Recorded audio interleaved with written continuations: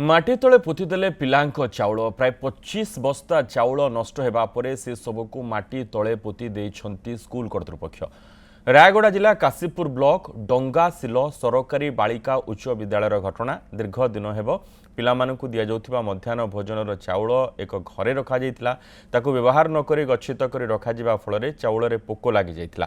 तेणु स्कूल परिसर रे गात करी खराब होई जाइतिबा चाउलकु पोती दिया जाइछि, जहाकु नै डंगासिल ग्रामवासी स्कूल कर्तृपक्ष को घेरिछंती।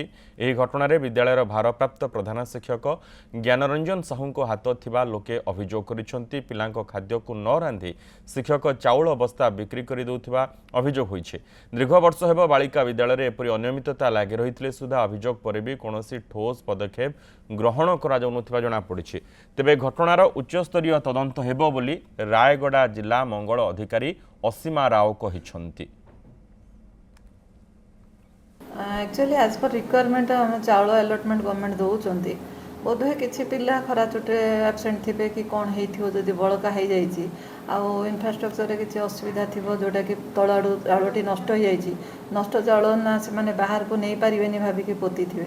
यहाँ मत खबर आसी आम गोटे टीम गठन करठी अनुध्यान करेंगे आउ तार नेक्स्ट केमती एसबू जिनस न हुए से आम गठनमूलक चिंताधारा नहीं सजेसन दबू बोली चिंता कर खराब हो जाता पोती देवा बोलते किंतु चाउल भल था आमको दिया गोटे बस्ता बोला भी देले ना। हाँ भाई सत्य घटना यहाँ कौन गाँव एटार ना कि कौन लोकर एटार ना से हेडमास्टर ज्ञानरंजन साहू ही डाकबार आमको कालासी मान को डाकी कर ना कि सेठी एटा करबार रोसई हल अच्छी से पाखे चाउल रखा कथा स्टॉक किंतु से माने रास्ता परिपार्श्व गेट पार्श्वर रूम रे नहीं करी से माने चाउलटा रखिछंती जेहेतु सेटा टोटाली नष्ट हो जाइछि। कोन पई नष्ट होइछि जदी पाखापाखि नष्ट चाउल सरकार देले बोली कहले सरकारी उपर अधिकारी को से माने जणाई कर चाउल फेरस्त कर दे पारि थांते किंबा तांकू अनुमति नहीं कर सेटा बिक्री कर दे पारि थांते किंतु सेही जिनिस को नहीं कर से माने खाउछंती एवं नष्ट करूछंती।